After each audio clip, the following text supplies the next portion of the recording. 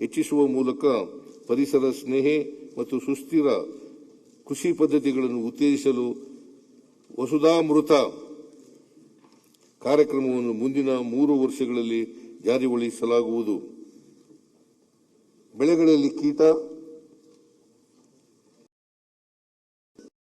ಹಾಗೂ ರೋಗಗಳನ್ನು ಆರಂಭಿಕ ಹಂತದಲ್ಲಿಯೇ ಪತ್ತೆ ಹಚ್ಚಿ ಇವುಗಳನ್ನು ನಿಯಂತ್ರಿಸಲು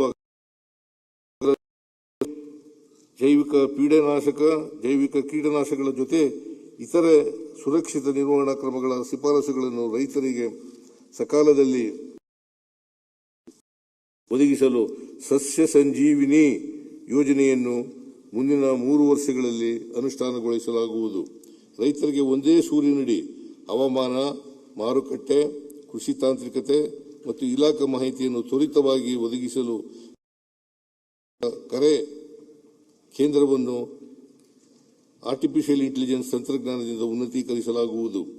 ಚಿತ್ರದುರ್ಗ ಜಿಲ್ಲೆಯ ಬಬ್ಬೂರಿನ ಜಿಲ್ಲಾ ಕೃಷಿ ತರಬೇತಿ ಕೇಂದ್ರವನ್ನು ರಾಜ್ಯ ಮಟ್ಟದ ಕೃಷಿ ಉದ್ದಿಮೆ ತರಬೇತಿ ಕೇಂದ್ರವನ್ನಾಗಿ ಉನ್ನತೀಕರಿಸಲಾಗುವುದು. ಕೃಷಿ ಚಟುವಟಿಕೆಯಲ್ಲಿ ರೈತರ ಸಮಯ ಹಾಗೂ ಶ್ರಮ ತಗ್ಗಿಸುವುದರೊಂದಿಗೆ ಉತ್ಪಾದನಾ ವೆಚ್ಚವನ್ನು ಕಡಿಮೆಗೊಳಿಸುವ ನಿಟ್ಟಿನಲ್ಲಿ ಅತ್ಯಾಧುನಿಕ ನಿಖರ ಬಿತ್ತನೆ ಮತ್ತು ನಾಟಿ ಯಂತ್ರಗಳನ್ನು ಹೈಟೆಕ್ ಹಾರ್ವೆಸ್ಟರ್ ಹಬ್ ಯೋಜನೆಯಡಿ ಸೇರ್ಪಡೆಗೊಳಿಸಲಾಗುವುದು.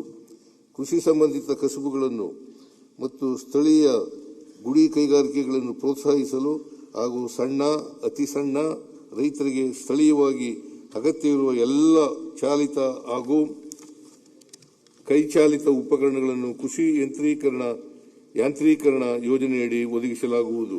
ಮಂಡ್ಯ ಜಿಲ್ಲೆಯ ಪಾಂಡುಪುರ ತಾಲೂಕನ್ನು ಸಂಪೂರ್ಣ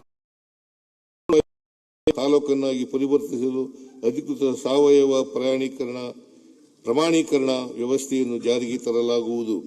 ಹವಾಮಾನ ಬದಲಾವಣೆಗೆ ಹೊಂದಾಣಿಕೆ ಹಾಗೂ ತಗ್ಗಿಸುವಿಕೆಯ ರಾಜ್ಯದ ಪ್ರಯತ್ನಗಳನ್ನು ಬಲಪಡಿಸಿ ಕೃಷಿಯನ್ನು ಸುಸ್ಥಿರ ಹಾಗೂ ಪರಿಸರ ಸ್ನೇಹಿಯಾಗಿಸಲು ಭತ್ತದ ಕೃಷಿಯಲ್ಲಿ ನೀರಿನ ಬಳಕೆಯ ದಕ್ಷತೆಯನ್ನು ಹೆಚ್ಚಿಸುವ ಪರ್ಯಾಯ ತೇವ ಒಣಗಿಸುವ ಆಲ್ಟರ್ನೇಟ್ ವೆಟ್ಟಿಂಗ್ ಅಂಡ್ ಡ್ರೈಯಿಂಗ್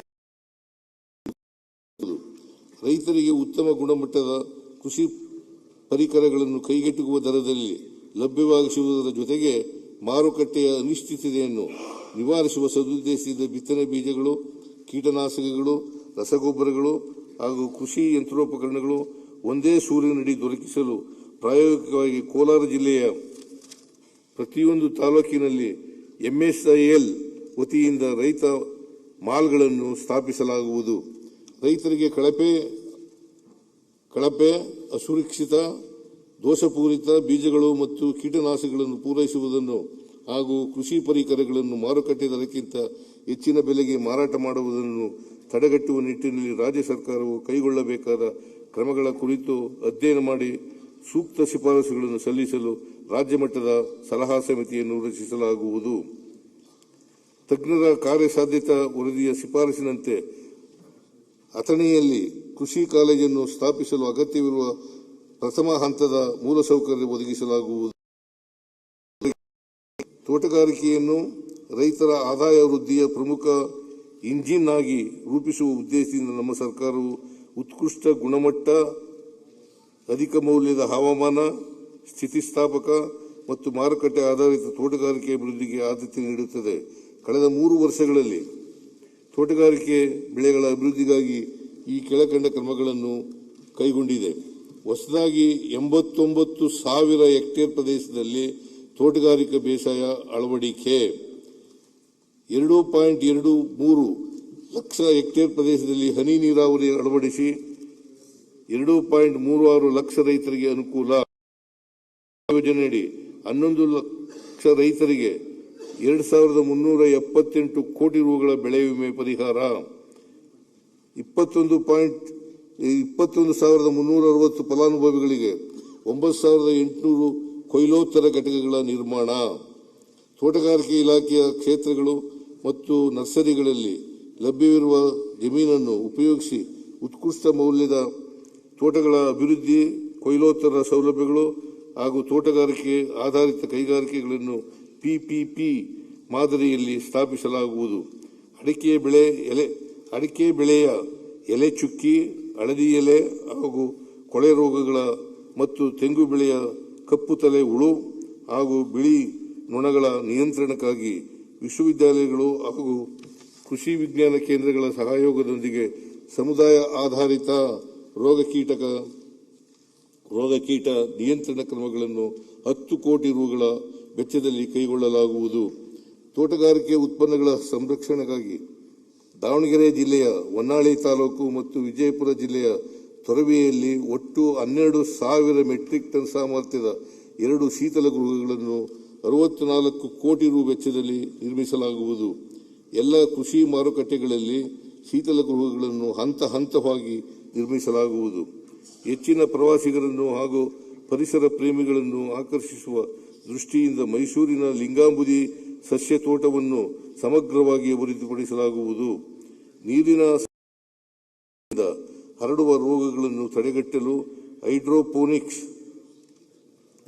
ಹಾಗೂ ಕೋಕೋಪೀಟ್ ಆಧಾರಿತ ಮಣ್ಣಿಲ್ಲದ ಕೃಷಿಯನ್ನು ಪ್ರೋತ್ಸಾಹಿಸಲಾಗುವುದು. ತಜ್ಞರ ಕಾರ್ಯಸಾಧ್ಯತಾ ವರದಿಯ ಶಿಫಾರಸಿನಂತೆ ಡಂಬಳದಲ್ಲಿ ತೋಟಗಾರಿಕೆ ಕಾಲೇಜನ್ನು ಸ್ಥಾಪಿಸಲು ಅಗತ್ಯ ಇರುವ ಪ್ರಥಮ ಹಂತದ ಮೂಲಸೌಕರ್ಯ ಕಾಮಗಾರಿಗಳನ್ನು ಕೈಗೆತ್ತಿಕೊಳ್ಳಲಾಗುವುದು. ರೇಷ್ಮೆ. ಭಾರತದ ರೇಷ್ಮೆ ಉತ್ಪಾದನೆಯಲ್ಲಿ 46% ಪಾಲು ಹೊಂದಿರುವ ಕರ್ನಾಟಕವು ದೇಶದ ರೇಷ್ಮೆ ರಾಜಧಾನಿಯಾಗಿದೆ. ರಾಜ್ಯದ ಅಭಿವೃದ್ಧಿಗೆ ಅಗತ್ಯವಿರುವ ರೀಲಿಂಗ್ ಶೆಡ್ ನಿರ್ಮಾಣ, ಹನಿ ನೀರಾವರಿ ಘಟಕ ಮುಂತಾದ ಚಟುವಟಿಕೆಗಳಿಗೆ ಕಳೆದ 3 ವರ್ಷಗಳಲ್ಲಿ 531 ಕೋಟಿ ರು ಮೊತ್ತದ ಸಹಾಯಧನವನ್ನು 2 ಲಕ್ಷ ಪ್ರಮುಖ 15 ರೇಷ್ಮೆಗೂಡು ಮಾರುಕಟ್ಟೆಗಳಲ್ಲಿ ಸಂಪೂರ್ಣ ನಗದು ರಹಿತ ಡಿಜಿಟಲ್ ವಹಿವಾಟು, ಇ ಹರಾಜು, ಇ ಪೇಮೆಂಟ್ ಮತ್ತು ಇ ಪಾವತಿ ವ್ಯವಸ್ಥೆಯನ್ನು ಆರಂಭಿಸಿದ ದೇಶದ ಮೊದಲ ಮತ್ತು ಏಕೈಕ ರಾಜ್ಯ ಕರ್ನಾಟಕ ಎಂಬುದು ಹೆಮ್ಮೆಯ ವಿಷಯವಾಗಿದೆ. ಉತ್ತರ ಕರ್ನಾಟಕದ ಜಿಲ್ಲೆಗಳಲ್ಲಿ ಉತ್ಪಾದಿಸುವ ರೇಷ್ಮೆಗೂಡನ್ನು ಸರ್ಕಾರದ ಯಾವುದೇ ರೇಷ್ಮೆಗೂಡಿನ ಮಾರುಕಟ್ಟೆಯಲ್ಲಿ ಮಾರಾಟ ಮಾಡಲು ಪ್ರತಿ ಕೆಜಿ ಗೂಡಿಗೆ ಇರುವ 10 ರೂಪಾಯಿ ಸಾಗಾಣಿಕೆ ವೆಚ್ಚವನ್ನು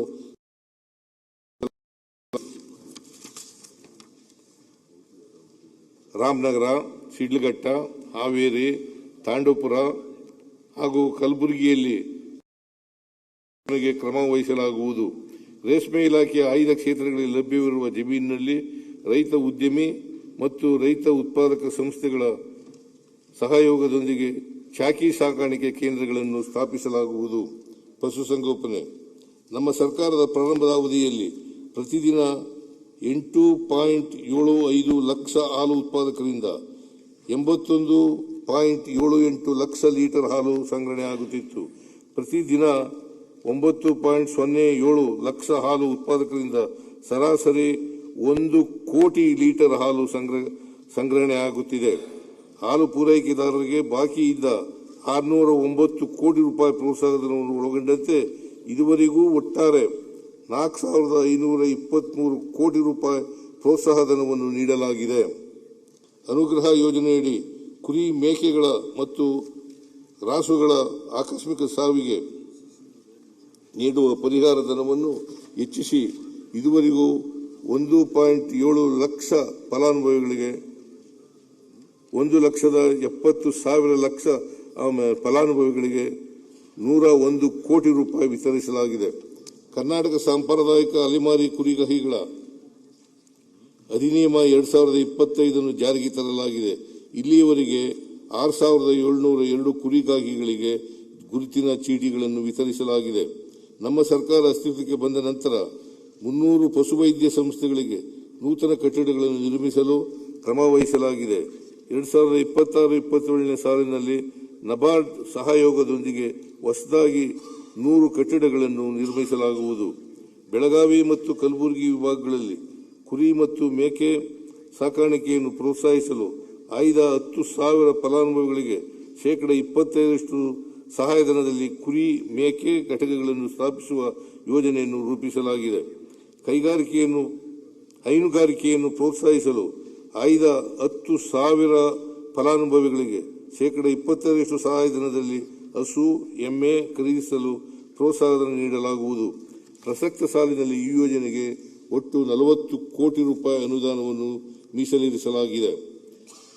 ಜಿಲ್ಲಾ ಹಂತದಲ್ಲಿರುವ ತಜ್ಞ ಪಶುವೈದ್ಯಕೀಯ ವಿಶೇಷ ಸೇವೆ ವ್ಯವಸ್ಥೆಯನ್ನು ತಾಲೂಕು ಹಂತಕ್ಕೆ. ಹೆಚ್ಚಿನ ವಿಡಿಯೋಗಳಿಗೆ ಪ್ರತಿಧ್ವನಿ ಯೂಟ್ಯೂಬ್ ಚಾನೆಲ್ ಸಬ್ಸ್ಕ್ರೈಬ್ ಮಾಡಿ, ಬೆಲ್ ಐಕಾನ್ ಕ್ಲಿಕ್ ಮಾಡಿ.